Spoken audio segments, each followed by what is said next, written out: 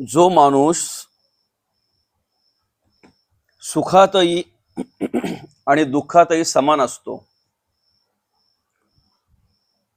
सुख आलं तरी तीच स्थिती असते आणि दुःख आलं तरी तीच स्थिती असते, विचलित होत नाही,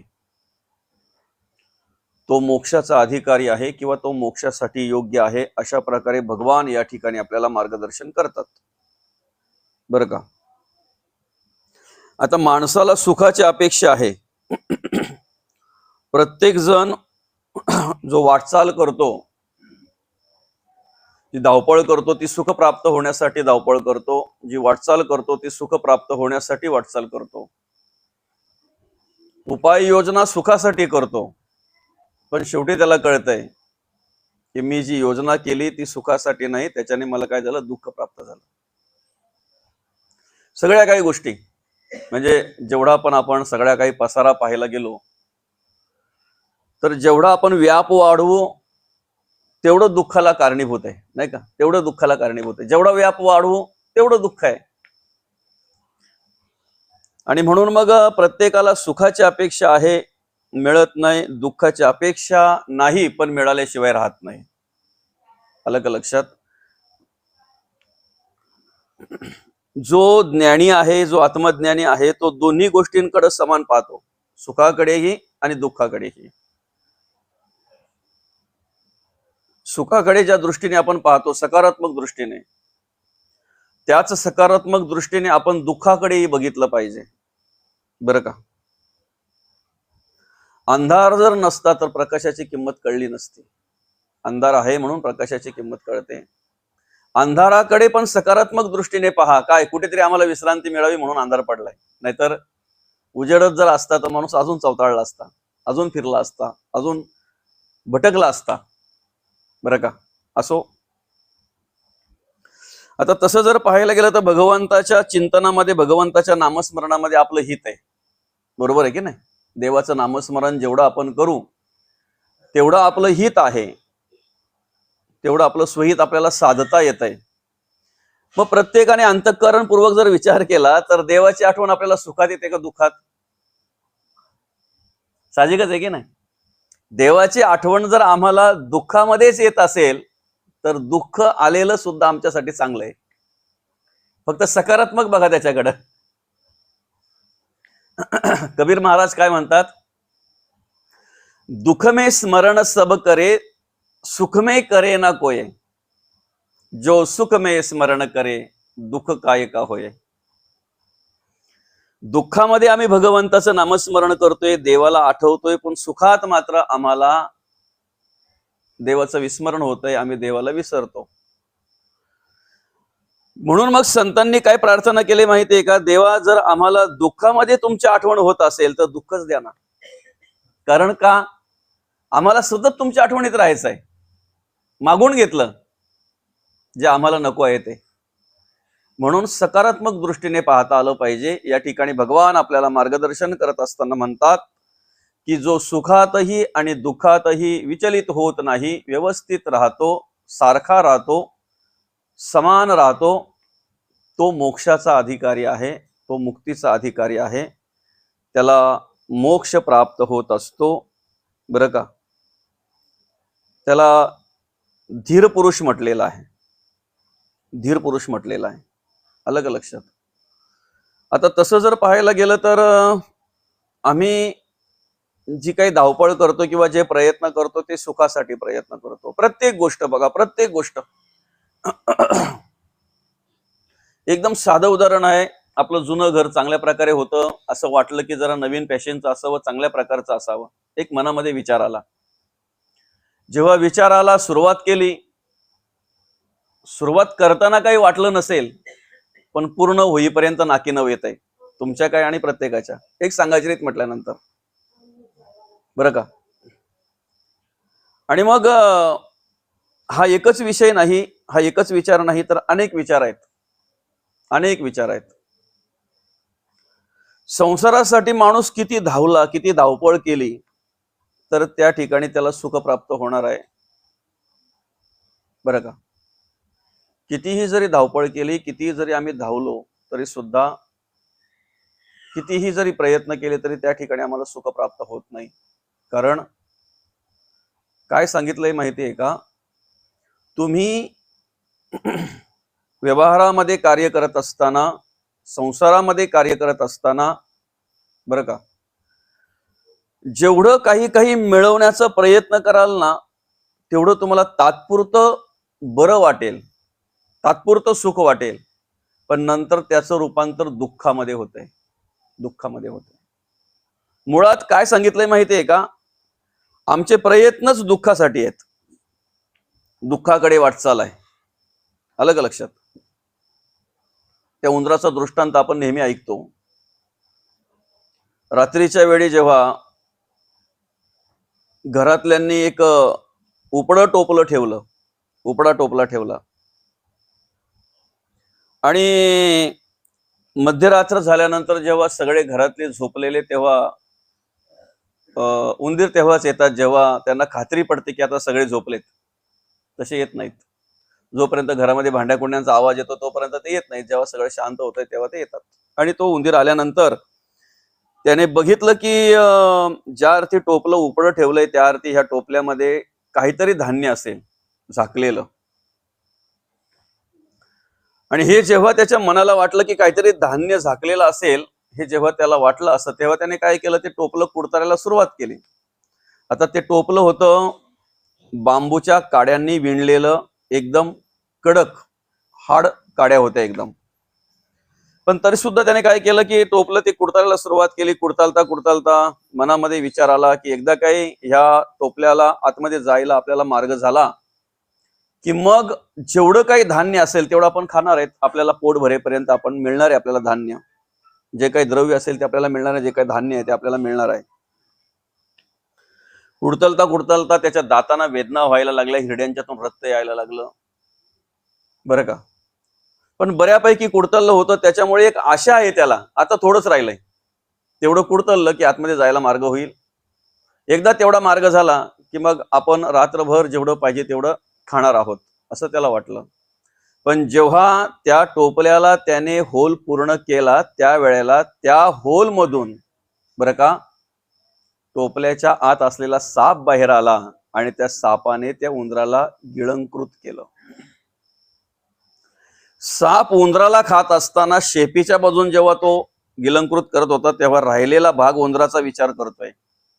रात्रभर मेहनत घेतली, दातातून रक्त येत होतं, हाडातून हिरड्यांतून रक्त येत होतं, त्रास होत होता, पण मला वाटलं की मला सुख मिळेल. तर प्रयत्न कशासाठी केले? दुःखासाठी. प्रयत्न, त्याला वाटलं मी सुख मिळेल म्हणून, पण तेव्हा त्याला जाणीव झाली की आपल्याला दुःख प्राप्त झालं. हे आपले प्रयत्न जे आहेत ते दुःखासाठी आपण हे प्रयत्न केले, बरं का. संत एक छान उदाहरण देतात त्याच्यामध्ये, बरं का. साप बेडका ते गिळी आणि बेडूक माशा ते कवळी, असं एक उदाहरण आहे. एखाद्या पाण्यामध्ये जर एखादा साप असेल तर तो साप काय करतो, बेडकाला खातोय, पण बेडकाला खात असताना तो अर्धा बेडूक सापाच्या तोंडात असतो आणि अर्धा बाहेर असतो, तोंडाची बाजू त्याची. आलं का लक्षात? तोंडाची बाजू जी आहे बेडकाची ती बाहेरच्या बाजूला आहे, आणि बाहेरच्या बाजूला तोंडाजवळ आलेले जर तो मासे सोडत नसेल बेडूक, तर त्याला एवढं कळलं पाहिजे का मी जरी मासे खाल्ले तरी ते कोणाच्या पोटात जाणार आहेत, त्याचा उपयोग कोणाला होणार आहे, अशी माणसाची अवस्था आहे. म्हणजे कालाच्या तावडीत सापडलेला माणूस सुद्धा समोर आलेलं काही सोडत नाही, बरं का. खरं तर कशासाठी सगळे हे प्रयत्न चालू असतात, त्याचे सुख मिळावं म्हणून. आता तसं जर पाहायला गेलं, आपलं वय जसं जसं वाढतंय, आपण जसे वयाने मोठे होतो, जगण्यासाठी प्रयत्न करतो ना प्रत्येक जण. धडपड कशासाठी करतो? जगण्यासाठी. पण वयाने मोठा होत चाललेला आहे म्हणजे मृत्यूच्या जवळ चाललाय, जगण्याच्या जवळ चाललाय का मरणाच्या जवळ चाललाय? दिवसेंदिवस माणूस कशाच्या जवळ चाललाय? मरणाच्या जवळ चाललाय, मृत्यूच्या जवळ चाललाय. पण हे माणसाने काय केलं पाहिजे? स्मरणात ठेवलं पाहिजे, आठवणीत ठेवलं पाहिजे की माझी वाटचाल, माझा प्रवास हा कुठे? मृत्यूच्या दिशेने आहे. जर मृत्यूच्या दिशेने आहे तर मग मी कसं राहिलं पाहिजे, कसं वागलं पाहिजे, काय केलं पाहिजे याचा विचार केला पाहिजे, बरं का. आता काय आहे, नाण्याच्या दोन्ही बाजू जर व्यवस्थित असतील तर ते नाणं चाललं जाते. बरोबर आहे की नाही? पहिले आपण जेव्हा पत्तरवर पैसे खेळत होतो त्या टायमाला ते एखादी बाजू पक्की चेंबलेली असायची नाही का, तेव्हा ती बघितली की वाणी काय करायचे, बाबा ही काही चालणार नाही. तुम्ही पार अगदी त्याला दगड मारून मारून त्याचं काही दिसतच नाही, ना छापा ना काटा. एक सांगायची रीत म्हटल्यानंतर नाण्याच्या दोन्ही बाजू जर चांगल्या असतील तर ते नाणं चाललं जातंय बरं का. तसं मृत्यू, जन्म आणि मृत्यू ह्या दोन्ही बाजू आहेत. नुसता जन्मच जर असताना मृत्यू नसता तर काय झालं असतं? आज आपल्याला उशीरमध्ये राहायला जागा मिळाली नसते आपल्याला, बरं का. अजून बरंच काय काय झालं असतं. कोणाला कोणी पण खाल्लं असतं, कोणाला कोणी पण त्रास दिला असतं, काही झालं असतं बरं का. भयानक झालं असतं, सगळं भयानक झालं असतं बरं का. तशा त्या दोन बाजू आहेत, तशा ह्या दोन बाजू आहेत, सुख आणि दुःख. या दोन्ही बाजू प्रत्येकाच्या आयुष्यात आहेत. काय कुठल्या जीवाच्या आयुष्यामध्ये सुख दुःख नाही सांगा? दोन्ही बाजू कुठल्या जीवाच्या? साधू असू द्या, संत असू द्या, ऋषीमुनी असू द्या, वा देव असू द्या, कोणी पण असू द्या. सुख असेल तर दुःख पण आहे, दुःख असेल तर सुख पण आहे. आलं का लक्षात? दोन्ही गोष्टी आहेत, दोन्ही बाजू आहेत आणि दोन्ही बाजू आहेत म्हणून हे जीवन चालू आहे, म्हणून हे आपण जीवन जगत आहोत. अन्यथा नुसतं सुखच जर असतं तरी जीवन जगायला अर्थ, किंवा नुसतं दुःखच जरी असतं तरी जीवन जगायला अर्थ नाही. दोन्ही गोष्टी महत्वाच्या आहेत, दोन्ही बाजू महत्वाच्या आहेत. आता या ठिकाणी काय म्हटलेलं आहे की बाबा दुःखामध्ये आम्हाला भगवंताचं स्मरण होत आहे. दुःख जर असेल तर आम्हाला देव आठवतो, म्हणून मग संतांनी सुद्धा ते दुःख मागून घेतलेलं आहे. सुख आल्यानंतर आम्ही देवाला विसरतो, हे दुर्भाग्य आहे. जर कबीर महाराज म्हणतात की सुखातही तुम्ही देवाला आठवत असाल, बघा हा, सुखातही जर तुम्ही देवाला आठवत असाल तर दुःख कधी येऊन जाईल ना हे तुम्हाला कळणारही नाही. आता दुःख नाही असं कोणीच भेटणार नाही. आध्यात्मिक, आधिभौतिक आणि आधिदैविक हे तीन ताप आहेत बरं का मौली. प्रत्येकाला दुःख वेगवेगळं आहे, पण त्या दुःखाचं रूपांतर किंवा दुःखाचं कारण हे तीनच आहेत: आध्यात्मिक, आधिभौतिक किंवा आधिदैविक. या तिन्ही तापांपैकी प्रत्येकाला कुठला ना कुठला ताप असतोच, कुठलं ना कुठलं दुःख असतंच. आलं का लक्षात? ते दुःख निवारण करण्यासाठी आपण प्रयत्न केला पाहिजे. ज्या वेळेला आपण सुखात असू त्यावेळेला भगवंताचं स्मरण जर केलं तर दुःख कधी येऊन जाईल ते आपल्याला कळणार नाही, कारण त्यावेळेला आपण भगवंताच्या नामस्मरणामध्ये तल्लीन झालेलो असू, रममाण झालेलो असू. आलं का लक्षात? एखाद्या माणसाला त्याच्या आवडती गोष्ट जर पाहायला मिळाली, त्याचा आवडता विषय जर ऐकायला मिळाला तर तो एवढा तल्लीन होतो, एवढा तल्लीन होतो, त्या ठिकाणी एवढा रममान होतो की देहभान विसरून जातो. म्हणजे कधीतरी माणूस एखादी चित्रपट पाहता पाहता किंवा एखादी गोष्ट पाहता पाहता किती वाजले हेही विसरून जातो, एवढा एकरूप होऊन जातो. किंवा एखादा विषय ऐकता ऐकता त्याच्या आवडीचा किती वाजले, किती वेळ झाला हे पण विसरून जातो तो.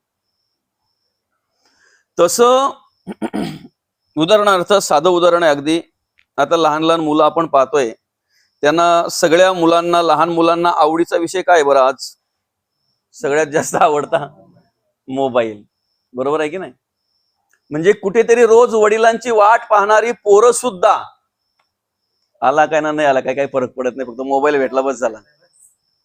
एक सांगायचे म्हटल्यानंतर कुठेतरी आईची वाट पाहणारी मुलं सुद्धा आज मोबाईल जर भेटला तर तिकडे येवत नाही तर न येवत, असोत नाही तर नसोत, काही फरक पडत नाही. हा, मग तेच सांगायचं आहे. आता तेच सांगायचं आहे की एखादा मुलगा जर मोबाईल मध्ये एवढा मग्न झाला गेला तर वडील येऊन त्याच्या बाजूला बसलेले आहेत.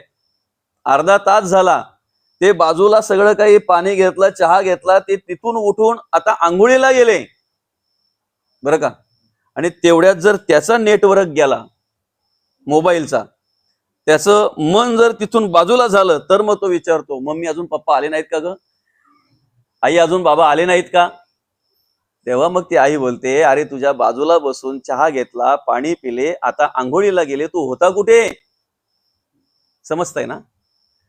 तेवढे मग्न जर आम्ही देवाच्या नामस्मरणामध्ये असलो तर आमच्या बाजूला येऊन दुःख बसून जाईल, पत्ता लागणार नाही. हे देवाला, हे संतांना सांगायचं. दुःख येणार नाही असं नाही, काही दुःख प्रत्येकाला आहे, पण तो येऊन आम्हाला कधी स्पर्श करून जाईल ना हे आम्हालाही कळणार नाही. तेवढं आम्ही भगवंताच्या नामस्मरणामध्ये रममान पाहिजे किंवा एकरूप पाहिजे. अलग लक्षात, तेवढं एकरूप पाहिजे. त्यासाठी आम्हाला काय केलं पाहिजे, आम्ही तर सुखातही आणि दुःखातही सारखे राहिलो पाहिजे, दोन्हीकडे आम्ही समान बघितलं पाहिजे. आता साधं उदाहरण जर आपण घेतलं तर संतांना दुःख नव्हतं का?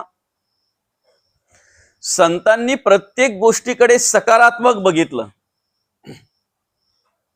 तुम्ही त्यांची चेष्टा करताय की चेष्टेने पाहताय की चेष्टेने बोलताय हे महत्वाचं नाही, तुम्ही काय बोलताय हे महत्वाचं आहे. मग कोणी चेष्टेने जरी रामराम केला तरी त्याला रामराम करणार का? त्याच्या मुखातून चेष्टेने काय नाही, पण देवाचं नाव आलं हे महत्वाचं आहे. सकारात्मक पाहतात ना ते. आपल्याला जर मुद्दाम म्हणून कोणी असं रामराम केलं, जय हरी केलं, जो कधी बोलतच नाही, त्यावेळेला आपण काय बोलतो, याच्या मुखातून जय हरी आलं, रामराम केलं, हे मुद्दाम मला कुचेष्टेने करतोय, चेष्टेने करतोय. आपण त्या दृष्टीने पाहतो. पण संतांनी कसं पाहिलं की कुठल्या काय ना हेतूना होईना, पण त्याच्या मुखातून नाम आलं हे महत्वाचं आहे. अलग लक्षात. आता तुकाराम महाराजांना सगळ्यांनी काय ठरवलं होतं? तुक्या वेडा, वेडा तुक्या. तुकाराम महाराज वेडे आहेत असे सर्वांनी ठरवलं होतं. आणि खरं आहे, काय चुकीचं आहे, वेडच लागलं होतं त्यांना. पण भगवंताच्या नामाचं वेड लागलं होतं, समाजामध्ये बदल घडवण्याचं वेड लागलं होतं, बरं का. समाजामध्ये प्रबोधन करण्याचं वेड लागलं होतं, चांगली कर्म करण्याचं वेड लागलं होतं, जगाकडे चांगल्या दृष्टीने पाहण्याचं वेड जगद्गुरु तुकोबांना लागलं होतं. अलग लक्षात. एक शेतकरी तुकोबांकडे आला आणि कधीही नमस्कार न करणारा त्याने दोन्ही हात जोडले आणि काय म्हणाला, रामकृष्ण हरी. तुकोबांना खूप आनंद वाटला. खूप आनंद वाटला. काय आनंद वाटला की कधी हा माणूस नमस्कार करत नाही, भगवंताचं नामस्मरण करत नाही, आज दोन्ही हात जोडून मला नमस्कार करतोय आणि विशेष म्हणजे देवाचं नामस्मरण करतो, रामकृष्ण हरी नाम घेतोय. नाही का. तुकाराम महाराजांनी अर्थात तुकोबांनी त्याचं आदरातिथ्य केलं, रामकृष्ण हरी केलं, त्याला नमस्कार केला, बरं का, त्याचा नमस्कार घेतला. आणि तेवढ्यात त्याने तुकोबांना सांगितलं, तुकोबा म्हणे तुमच्याकडे माझं काम आहे. आता जेव्हा तो बोलला तुकोबा तुमच्याकडे माझं काम आहे, त्यावेळेला तुकोबांचा आनंद गगनात मावेनासा झाला. कारण लोकांनी काय ठरलं होतं, तुकाराम महाराज अर्थात तुक्या काही कामाचा नाही, बरं का, असं लोकांनी ठरवलं होतं. अशा दृष्टीने लोक पाहायची त्यांच्याकडे, तुकोबा काही कामाचे नाहीत असं पाहायचे. पण आता त्याने सांगितलं की तुकोबा तुमच्याशी काम आहे म्हटल्यानंतर मग तुकोबांना अतिशय चांगलं वाटलं, बरं वाटलं. मी तरी काहीतरी कामाचं आहे, म्हणजे काहीतरी काम करू शकतो आशेने आलेला आहे, बरं का. बरं मग काय काम आहे? काय नाही, तुम्ही जो करताय तोच काम करायचं आहे, भजन करायचं आहे, टाळ मृदुंग चिपळ्यांचा आवाज करायचा आहे, अगदी जोराने देवाचं नामस्मरण करायचं आहे, बरं का. मग तर तुकोबांना अजून आनंद झाला, कारण आपलं जे काम आहे ते जर आपल्याला कोणी सांगितलं तर आनंद वाटतो आपल्याला, नाही का. तुकोबांचं काम काय होतं? टाळ चिपड्या, भजन करायचं, भगवंताचं नामस्मरण करायचं, अभंगाचं गायन करायचं, बरं का, ते काम होतं. आता ते काम म्हटल्यानंतर तुकोबांना अजून आनंद वाटला. बरं कुठे करायचंय काय? म्हणजे तुकोबा माझ्या शेतामध्ये करायचंय. ठीक आहे, हरकत नाही. किती वेळ करायचंय? अमर्याद, मर्यादा नाही, वेळेची मर्यादा नाही. असं नाही का बाबा 10 वाजता चालू केलं आपण 11 वाजेपर्यंतच करायचं, असं नाही. वेळेची मर्यादा नाही. जेवढं तुम्हाला तिथे भजन करता येईल तेवढं, जेवढं तुम्हाला अभंग गाता येतील तेवढा वेळ तुम्हाला ते त्या ठिकाणी भजन करायचं आहे. खूप आनंद वाटला तुकोबांना आणि ठरल्याप्रमाणे तुकोबांना तो घेऊन गेला त्या शेतामध्ये, भजनाला लावलं. तुकोबा टाळ चिपड्यांचा आवाज करतायत, मस्तकी जोराने अभंग गातायत, बरं का. पण तो शेतकरी घरी येताना दुसरा शेतकरी ज्या वेळेला त्याला भेटला तेव्हा त्याने विचारलं, सांगितलं, तो बोलायला लागला, काय रे म्हणे, तो तर वेडा झालाय, तुला पण त्याने वेड लावलं की काय? म्हणे काय झालं काय?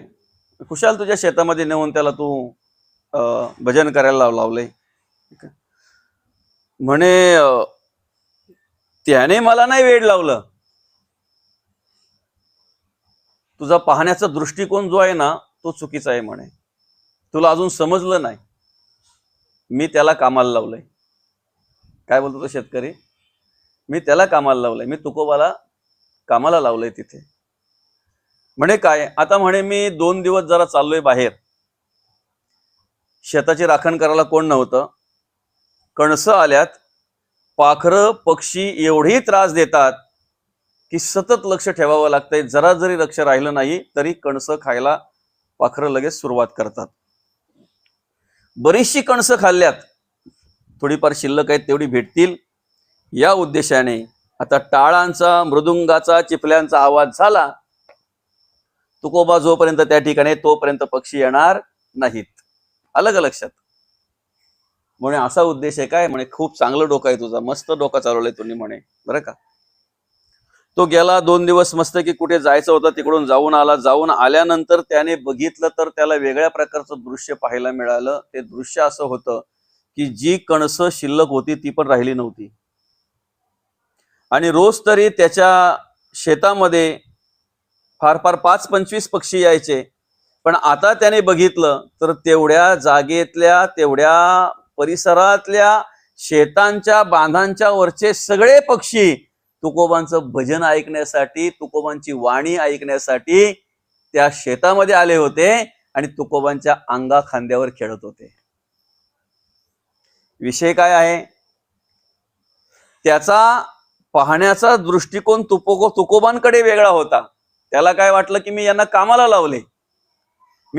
लावले, जसं तुकोबांना वेडे समजतात लोक, तसं मी वेडा बनवून त्याला तिकडे दिलंय काम लावून. पण त्याला एवढं माहिती नाही की ज्यांच्या अंगा खांद्यावर पक्षी खेळतात त्यांचा आवाज ऐकून पक्षी पळतील का? तर उलट अर्थी ते भजन ऐकल्यानंतर पक्ष्यांना सुद्धा आनंद वाटला. बाहेरचे पक्षी सुद्धा त्या ठिकाणी आले आणि मग त्या शेतकऱ्याने डोक्याला हात लावला. खरं तर त्याला डोक्याला हात लावायची वेळ आली नसती, पण त्याचा ध्येय वेगळा होता, त्याचा उद्देश वेगळा होता. त्याचा काय उद्देश आहे हे महत्वाचं नाही. तुकोबांनी त्याच्याकडे सकारात्मक दृष्टीने बघितलं. मी घरी भजन केलं काय आणि याच्या शेतात भजन केलं काय, भजन होतंय हे महत्वाचं आहे. मला जे आवडतं काम आहे ते काम जर त्यांनी मला लावून दिलेलं आहे तर ते घरी केलं काय आणि शेतात केलं काय. घरी पण पांडुरंग आहे ना, शेतात पण पांडुरंग आहे, परमात्मा आहे. घरी जरी भजन केलं तरी पण तो परमात्मा स्वीकारतोय आणि तिथे शेता बांधावर केलं तरी तो परमात्मा स्वीकारतोय, असा तो उद्देश. अर्थात आपल्याला सुद्धा जगत वागत असताना असे अनेक अनुभव येतात.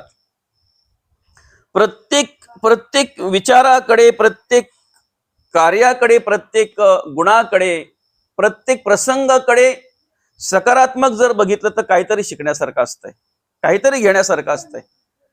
फक्त आपली दृष्टी, पाहण्याचा दृष्टिकोन एक वेगळ्या प्रकारचा पाहिजे, बरं का. आता दुःख हे संतांना सुद्धा, संतांच्या आयुष्यात पण अनेक वेळा त्यांनी स्पर्श केला. माऊलींचा जरी विचार केला तरी आपण माऊलींच्या आयुष्यामध्ये सुद्धा अनेक प्रकारचं दुःख आलं. निवृत्ती दादा असतील, सोपान काका असतील, मुक्ताई असेल, जनाबाई असेल, बरं का, अनेक प्रकारचं दुःख त्या ठिकाणी आलं. पण त्या दुःखाकडे सुद्धा त्यांनी काय केलं? सकारात्मक दृष्टीने बघितलं. आणि सकारात्मक दृष्टीने बघितलं म्हणून दुःख देणाऱ्यांचा वाटोळा हो असं कधीच देवाला म्हटले नाही त्यांनी. समजतंय ना? ज्याने दुःख दिलंय ना त्यांचा वाटोळा हो असं कधीच त्यांनी म्हटलं नाही. उलट अर्थी काय सांगितलंय? जे खळांची व्यंकटी सांडो तया सत्कर्म रती वाढो. देवा त्यांना कधीतरी चांगली बुद्धी दे. सत्कर्माकडे त्यांची रती म्हणजे बुद्धी वाढली पाहिजे, बरं का. सत्कर्म रती वाढो. भूता परस्परे जडो मैत्र जीवांची पुढे मांडलेलं आहे, नाही का. प्रत्येकाचं काय झालं पाहिजे? एकमेकाशी व्यवस्थितरित्या मैत्र जीवांचं ज्याप्रमाणे त्यांची उत्पत्ती आहे, ज्याप्रमाणे त्यांना मार्गदर्शन आहे, अलग लक्षात, हिताचं कार्य प्रत्येकाने केलं पाहिजे, हित साधलं पाहिजे. आणि अशा प्रकारे जे परमार्थ करतायत, जे भक्ती करतायत, जे देव कार्य करतायत, मग त्यांच्यासाठी म्हटलेलं आहे, जो जे वांछिल तो ते लाहो प्राणी जात. ते जे मागतील ते त्यांना प्राप्त झालं पाहिजे. आता साधं उदाहरण आहे. खापर आणायला गेल्यानंतर मांड भाजायचं होतं. खापर आणायला गेले, खापर मिळत नव्हतं. एका कुंभार दादाला वाटलं की चला लहान पोरं आहेत, इच्छा झाली, दिलं त्याने खापर. पण जेव्हा ते खापर घेऊन येत होते त्यावेळेला बघितलं तर काय झालं नेमकं? विसोबाने ते खापर फोडून टाकलं, बरं का. तर प्रत्येक ठिकाणी काही चरित्र वेगळं असेल, प्रत्येकाचा कदाचित श्रवण वेगळं असेल, पण ते खापर फोडून टाकलं. खापर दिलेलं सुद्धा घरी आणता आलं नाही. म्हणून मग इकडे आल्यानंतर काय झालं? मुक्ताई, माऊली विचार करतायत काय करायचं. मांडे खायची तरी इच्छा झाले, पण मग काय करायचं? मग अशा वेळी माऊलींनी ज्यांनी खापर फोडलं त्यांना दोष नाही दिला, काय त्यांना चुकीचं नाही ठरवलं, किंवा त्यांना काहीतरी त्यांच्या आयुष्यामध्ये वेगळ्या प्रकारचं काहीतरी दुःख त्रास हो असं काही देवाला प्रार्थना केली नाही त्यांनी. मग उलट अर्थी त्या गोष्टीकडे सुद्धा सकारात्मक बघितलं, म्हणून स्वतःची पाठ लालबुंद केली बरं का. आणि त्याच्यावर काय केलं, त्याच्यावर ते मांडे भाजले गेले, मांडे भाजले गेले. ती क्रिया असते. म्हणजे सागरामध्ये सुद्धा अग्नी आहे बरं का. तुम्ही मला समुद्रामध्ये अग्नी कसा, समुद्रात सुद्धा अग्नी आहे. त्याला वडवा अग्नी म्हणतात. लाटा जो उसळतो ना तो.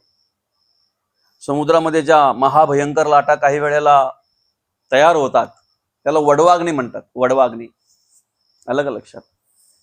तसा तुमच्या आमच्या अंतःकरणामध्ये जो अग्नी आहे, तुमच्या आमच्या शरीरामध्ये जो अग्नी आहे, जो अग्नी जठर अग्नी अन्न पचवतो. अन्न पचवतो म्हणजे एखाद्या वेळी जर वटाणे आणले आणि ते वटाणे नाही का 1 2 3 शिट्यात पण काही वेळेला शिजत नाही, शेवटी ती गृहिणी पण वैतागते, त्रासते. 2 4 शिट्या घेतल्या तरी या वटाण्यांचा काही कस हलत नाही बरं का. जेवायला तर वाढायचंय, उशीर झालेला आहे, मग काय करावं? वाढते जाऊ दे शिजतील पोटात, बोलते पण ती वाढते जाऊ दे शिजतील पोटात. मग विचार केला पाहिजे की जे 3 4 शिट्यांच्यात सुद्धा शिजत नाहीत ते जर आपल्या पोटात गेल्यानंतर जर त्यांचा पीठ होत असेल तर त्या अग्नीमध्ये किती पॉवर आहे, फक्त विचार करा, कल्पना करा. जठर अग्नी, तो अग्नी शरीरातला माऊलींनी माऊलीच्या योग साधनेच्या बळाने, तपश्चर्याच्या बळाने, साधनेच्या बळाने पाठीवर प्रगट केला. कारण साधना आहे, तपश्चर्या आहे, तेवढं सामर्थ्य आहे. आणि मग त्याच्यावर काय केलं, ते मांडे भाजले गेले बरं का.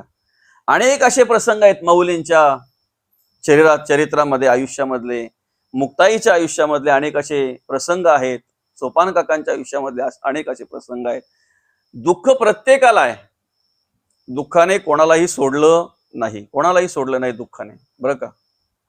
आता तसं जर पाहायला गेलं तर कान्होपात्रा आणि त्यांचं चरित्र जर आपण बघितलं तर कान्होपात्रेविषयी म्हणताना असं म्हटलेलं आहे की उकिरड्यावर निघालेली तुलस. आलं का लक्षात? तर त्यांच्या आयुष्यामध्ये सुद्धा एवढा संघर्ष आहे, एवढं दुःख आहे, एवढ्या वेदना आहेत, एवढ्या यातना आहेत. शेवटी पांडुरंग परमात्म्याला प्रार्थना करावी लागली, नको देवराया अंत आता पाहू, प्राण हा सर्वथा जाऊ पाहे. हरिणीचे पाडस व्याघ्रे धरी येले, मज लागी जाहले तैसे देवा. बरं का. मोकोडोनी आस झाले उदास, घेई कान्होपात्रेस हृदयात. पांडुरंग परमात्म्याला प्रार्थना करावी लागली, देवाला प्रार्थना करावी लागली, देवा किती रे अंत पाहतोय, अजून किती अंत पाहतोय बरं का. म्हणजे जे काही संतांना दुःख झालं किंवा जो काही त्रास झाला तो त्यांनी सहन केला, त्याच्याकडे सकारात्मक दृष्टीने बघितलं. आपला विषय एकच आहे की जो सुखातही आणि दुःखातही समान राहतो तो मोक्षाचा अधिकारी आहे बरं का. तो मोक्षाला प्राप्त होत असतो. आम्हाला सुखातही आणि दुःखातही समान राहता आलं पाहिजे. म्हणून जुन्या माणसांची म्हण होती, श्रीमंती आली म्हणून माजू नये आणि गरिबी आली म्हणून लाजू नये बरं का. तुकोबा म्हणतात, जैसी स्थिती आहे तैशा परीर आहे, कौतुक तूप आहे संचिताचे. कधीतरी असं मनामध्ये आणा. आणि मी तर प्रत्येक वेळेला, आता आमची ज्या वेळेला चर्चा होती किंवा आपण ज्या वेळेला एकत्र येतो त्यावेळेला अनेक वेळा बोलतो, आणि हा शब्द माझ्या मुखातून तुम्ही अनेक वेळा ऐकला असेल की माझ्या आयुष्यात जे काही होतंय ते चांगल्यासाठी होतं बरं का. प्रत्येकाने तो एक शब्द एक स्मरणात ठेवलं पाहिजे. जे काही होतंय आयुष्यामध्ये ते स्वीकारा. आलं का लक्षात? कारण कोणीतरी दिलेलं आहे असं घेण्यापेक्षा ते देवाने दिलेले असं स्वीकारा. काहीतरी पुढे असेल, त्याचा वेगळा काहीतरी विषय असेल, काहीतरी विचार वेगळा असेल बरं का. एक गोष्ट आपण नेहमी ऐकत असतो ती, ज्या वेळेला राजाला काहीतरी फळ खायची इच्छा झाली आणि त्याने स्वतः तो कापायला घेतला, ते फळ कापायला घेतलं. तर कधी कापायची माहिती नाही, सुरी कधी हातात घेतली नाही, कारण त्याचा एवढे सगळे नोकर वगैरे कामगार सगळे काम करायला तिथे. ते सुरी घेतल्यानंतर सुरी तेज होती, फळ कापता कापता नेमका काय झालं, त्यांच्या बोटाला लागलं, बोट चिरलं, रक्ताची धार लागली. बाजूलाच प्रधान होता, त्या प्रधानाला ते रक्त दाखवतो राजा, आणि अरे बोट कापलं रे माझं. तेवढ्यात तो प्रधान पटकन बोलला, महाराज असू द्यात, जे होतंय ते चांगल्यासाठीच होतंय. अरे म्हणे याच्यावर मलमपट्टी करायची, काहीतरी पट्टी बांधायची, हे रक्त थांबण्यासाठी प्रयत्न करायचा. माझं बोट कापलं तुला चांगलं झालंय, तू बोलतो जे होतंय ते चांगल्यासाठी होतंय. ऐकल्याबरोबर राजा थोडासा चौताळला, पिसाळला, त्याला क्रोध आला, राग आला त्याला, आणि त्याच्या इतर सेवकांना सांगितलं, एक काम करा, जोपर्यंत मी सांगत नाही तोपर्यंत ह्या प्रधानाला खोलीमध्ये डांबून ठेवा, बंदिस्त ठेवा. मी सांगेन तेव्हा काढा, तोपर्यंत काढायचं नाही. सेवकांनी जसं त्या प्रधानाला पकडलं, खोलीमध्ये डांबून ठेवायला नेलं, तसं राजाकडे बघितलं, आणि तो प्रधान बोलतो, महाराजजी जे होते ते चांगल्यासाठीच होते. अरे काय माणूस आहे का काय, याला डांबून ठेवायला घेतलंय खोलीमध्ये, आणि तरी बोलतो महाराजजी जे होते ते चांगल्यासाठी होते. ठीक आहे म्हणे, काहीतरी त्याच्या डोक्यावर परिणाम झाला असेल. आणि झालं, मलमपट्टी केल्यानंतर राजा नेहमीप्रमाणे शिकारीला निघाला, पण नेहमी त्यांच्या जोडीला कोण असायचा, प्रधान असायचा. आज प्रधान नाही, राजा एकटाच, बरं का. आणि राजा गेला, भटकता भटकता भटकता भटकता जाता जाता जाता जाता आपलं राज्य सोडून, आपलं क्षेत्र सोडून इतर क्षेत्रामध्ये गेला. ज्या क्षेत्रामध्ये काही लोक, बरं का, देवीला बळी देण्यासाठी नर शोधत होते, अशा क्षेत्रात गेला. बोधापुरतं घ्यायचं बरं का, देवीला नरबली वगैरे काही लागत नाही, आणि त्याच्यासाठी ते डोक्यात पण कधी काही घेऊ नका, बोधापुरतं. आणि मग नर शोधत होते, तर नेमका त्यांच्या हाताला हा लागला. त्यांना काय माहिती कोण आहे काय आहे, ती जमात वेगळीच होती, अज्ञानी अंधश्रद्धेमध्ये अडकलेली जमात. त्यांना काय माहिती आहे कोण आहे काय ते. आणि पकडला, नेल्यानंतर देवीच्या पुढे उभा केला, याला मस्त सजवला. आता यांनी म्हणजे पार अगदी आशाच सोडून दिली आता, की आता झाला आपला कार्यक्रम संपला, आपली गेम झाली आज, बरं का. कोण, राजा मनातल्या मनात विचार करतो, आपला आजचा शेवटचा दिवस, शेवटची वेळ ही, चला जातो आमच्या गावात. तयारी केली त्याने, आता झालं सगळं काही, काय आशाच सोडून दिली त्याने जगण्याची. पण मग तेवढ्याच तिथे देवीच्या पुढे उभा केल्यानंतर राजाकडे बघितलं ज्या वेळेला, जो कोणी असेल त्याने, तेव्हा पटकन राजाच्या बोटाकडे नजर गेली, आणि तेवढ्यात बघितलं तर त्याचं बोट चिरलेलं आहे, त्याला जखम झालेली आहे. आणि मग त्याने सांगितलं की जखम झालेला नर देवीला चालत. हे शब्द ऐकल्याबरोबर राजाला कोण आठवलं असेल, प्रधान आठवला. अरे हा, जे होतंय ते चांगल्यासाठीच होतंय. काय, हे शब्द ऐकल्याबरोबर राजाला कोण आठवला, पहिले प्रधान आठवला. झालं बाबा, कसा तरी राजा तिथून सुटला. सुटल्यानंतर कसा तरी चौताळत चौताळत आपला रस्ता शोधत शोधत शोधत शोधत राजवाड्यामध्ये आल्याबरोबर पहिले सगळ्या सेवकांना सांगितलं, पहिले प्रधानाला सोडा, बाहेर काढा. खर तर त्याच्या बोलण्याचं मला आज कळलं तत्व काय आहे, ते महत्व काय आहे, ते जे होतंय ते चांगल्यासाठी होते, बरं का. आणि प्रधानाला आणलं, प्रधानाला सगळं सांगितलं, अरे बरोबर तू बोलला, जे होतंय ते चांगल्यासाठी होतंय. जर आज माझं बोट कापलेलं नसतं तर मी आज परत राजवाड्यात परतलो नसतो, तुम्हाला दिसलो नसतो.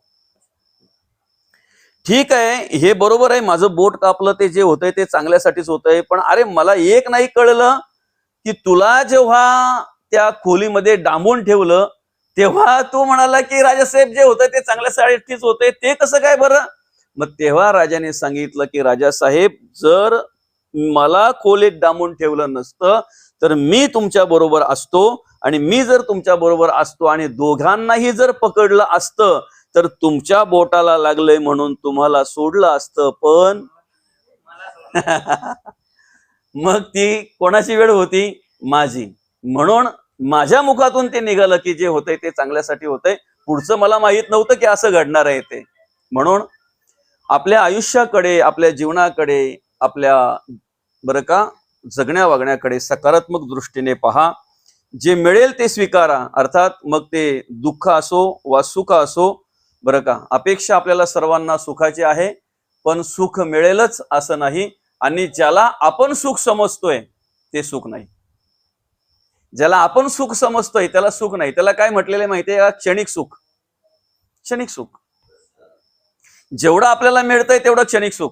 पाहता पाहता माणसाला काहीतरी पाहण्यासारखं दिसलं असं मस्त की तत्पुरतं त्याला बरं वाटतंय. बाजूला झालं का गेलं सुख हरपलं. ऐकता ऐकता काहीतरी ऐकण्यासारखं वाटलं माणसाला की बरं वाटतंय, नाही का? सगळ्यात जास्त दुःख माणसाला तेव्हा होतंय जेव्हा मोबाईलची बॅटरी संपते आणि लाईट नसते. काय? किंवा सगळ्यात दुःख तेव्हा माणसाला जास्त होतंय जेव्हा तो अर्ध्या रस्त्याला गेल्यानंतर मोबाईल विसरलो हे त्याला समजतंय. म्हणजे आज जर पाहायला गेलं तर बघा, म्हणजे आपल्या शरीराचे अवयव जर असे काढण्यासारखे असते ना बाबा, डोळे काढून ठेवले, कान काढून ठेवले, आलं का लक्षात? ऐका हा बरा जरा व्यवस्थित, एक 5 मिनिटात थांबणार होतो आपण. असं जर काही असतं तर चला बाबा, आपण आंघोळीसाठी किंवा काय अजून XYZ डोळे कान काढून ठेवलेत, आता आपल्याला बाहेर जायचे, चला डोळे लावायला घेतले, कान लावायला घेतले, बरं का. आणि अर्ध्या रस्त्याला गेल्यानंतर आपल्याला समजलं अरे एकच कान लावला, एक कान लावलाच नाही. माणूस अर्ध्या रस्त्याची परत नसता आला, जाऊ दे एक कानावर आपण चालवून घेऊ. समजतंय ना? एक सांगायची रीत, एक बोलायची पद्धत. किंवा अर्ध्या रस्त्याला गेल्यानंतर जर त्याला असं समजलं असतं एकच डोळा लावलाय आपण, एक डोळा लावायचा बाकी आहे, तरी पण त्याने काय विचार केला असता? जाऊ दे चल, अख्खा दिवस आपल्याला काढायचंय, संध्याकाळपर्यंत, संध्याकाळी आपण घरी येणार आहे, एक डोळ्यावर करू, भागून घेऊ आपण. बरोबर आहे की नाही? पण त्याच माणसाला जर अर्ध्या रस्त्याला गेल्यानंतर जर समजलं का मोबाईल विसरलोय आणि त्याच्यात जर ज्याच्याकडे जायचं आहे त्याचा पत्ता आहे, तर त्याला घरी येणं आहे, त्याचा नंबर आहे, त्याचा पत्ता आहे, कारण त्याचं जाणंच व्यर्थ आहे ना, जाणंच व्यर्थ आहे. महत्वाचा विषय काय आहे का माहितीये का? आज माणसाला दुःखाला कारणीभूत काय काय आहे, काय काय दुःखाला कारणीभूत आहे. आता आपल्या आजापंजांचा विचार जर आपण केला किंवा आपल्या वडिलांचा विचार पण जर केला तरी त्यांच्याकडे ह्या विषयच नाही ना. कोणी स्टेटस ठेवलाय का नाही ठेवलाय, कोणी कुठला स्टेटस ठेवलाय, कोणी कुठला मेसेज पाठवलाय, कोण काय बोलला, कोण कसं काय करतंय, हे विषय त्यांच्याकडे नाहीच आहेत. आज माणसाला दुःखाला कारण काय? त्याच्या वाढदिवसाला मी स्टेटस ठेवला होता, माझा वाढदिवस आज आहे, हा दिवस जात आला तरी पण त्याने का नाही माझा ठेवला? एक सांगायची रीत म्हटल्यानंतर, बरोबर आहे की नाही? तिला मी सकाळीच फोन केलता, तिचा वाढदिवस होता तेव्हा, आता दुपारचं 12 वाजलं तरी विसरले का काय मला? मला अजून फोन नाही केला तिने. एक सांगायची रीत म्हटल्यानंतर दुःखाला कारणीभूत ह्या गोष्टी आहेत. मला सांगा, याचं दुःख माणसाला असावं का? याचं दुःख माणसाने घ्यावं का? पण नको त्या गोष्टींचं दुःख आज माणसाला स्पर्श करतंय, म्हणून माणूस दुःखी आहे. काय म्हणतात संत की हे सगळं क्षणिक सुख आहे. जरी तुम्हाला सुख वाटत असेल तरी काही गोष्टी क्षणिक सुख आहे. ते जोपर्यंत चांगलं पाहता येते तोपर्यंत आपण पाहत असतो. उद्या जर दृष्टी गेली, काही होऊ शकतंय ना, बरोबर आहे की नाही? दृष्टी गेली, वाचा गेली, ऐकण्याचं बंद झालं, संपला विषय तिथे, सगळा संपला विषय. आणि म्हणून मग काय करायचंय माहितीये का? संत काय म्हणतात, जोपर्यंत शरीर आहे ना, तुकोबा तर म्हणतात करावी तातडी परमार्थाची. घाई करा, वेग करा, पण कसला वेग करा? परमार्थाचा वेग करा. सोडवणूक करून घ्यायचा वेग करा. हित साधण्यासाठी वेग करा, कारण उद्याचा दिवस आपला असेल सांगू शकत नाही. आजचा दिवस आपल्याला दिलाय ना, एवढा वेग करा. असं ठरवा की आजच्याच दिवसामध्ये आपल्याला मुक्त व्हायचंय, मोकळं व्हायचंय, एवढं नामस्मरण करायचंय, एवढा परमार्थ करायचा किंवा एवढी चांगली कर्म आपल्याला करायची आहेत, बरं का? याचा विचार आपण केला पाहिजे. या पद्धतीने आपल्याला जगता वागता आलं पाहिजे. आणि अशा पद्धतीने जर आपलं जगणं वागणं असेल तर निश्चित संत म्हणतात, भगवंत म्हणतात की मोक्ष म्हणजे काय? मुक्त झाला, मोकळा झाला. आलं का लक्षात? ह्या अशा सगळ्या प्रकारच्या व्याधी, सगळ्या प्रकारचे विषय, सगळ्या प्रकारच्या वासना जर आपल्याला स्पर्श करत नसतील तर आपण बसल्या जागेवर मुक्त आहोत, बसल्या जागेवर स्वतंत्र आहोत आणि स्वतंत्रपणे परमार्थ करू शकतो. आपण स्वतंत्रपणे राहू शकतो, मुक्तपणे आपण आपल्या जीवनाचा आनंद घेऊ शकतो. आणि प्रत्येकाला ते स्वतंत्र दिले भगवंताने. प्रत्येकाने प्रत्येकाच्या जीवनाचा आनंद घ्यायचा स्वतंत्र प्रत्येकाला दिले भगवंताने. फक्त झालंय काय? आम्ही एकमेकावर अवलंबून राहिलोय, आम्ही एकमेकाचा अतिशय जास्त विचार करतोय ना, त्याच्यामुळे त्या सगळ्या गोष्टी चालल्यात. अन्यथा प्रत्येक जण प्रत्येकाच्या पद्धतीने स्वतःचं हित साधायला जर बिझी झाला, व्यस्त झाला, स्वतःचं हित साधायला जर व्यस्त झाला तर त्याच्यासारखा सुखी कोणच नाही. आलं का लक्षात? स्वतःचं हित साधा, स्वतःचं हित साधण्यासाठी प्रयत्न करा. निश्चित भगवंताच्या कृपेने परमार्थ घडेल, देवकार्य घडेल. आणि देवकार्य जर घडत असेल, धर्मकार्य जर घडत असेल, अखंड भगवंताचं नामस्मरण जर घडत असेल, तर त्या सुखासारखं दुसरं सुखच नाही. चिरकाल टिकणारं सुख आहे ते, निरंतर टिकणारं सुख आहे, कधीही न संपणारं सुख आहे. ज्या सुखाकारणे देव वेडावला आणि वैकुंठ सोडून संत सदनी राहिला. बरं का, संतांच्या सदनी राहिला, संतांच्या घरी आला देव, तेव्हा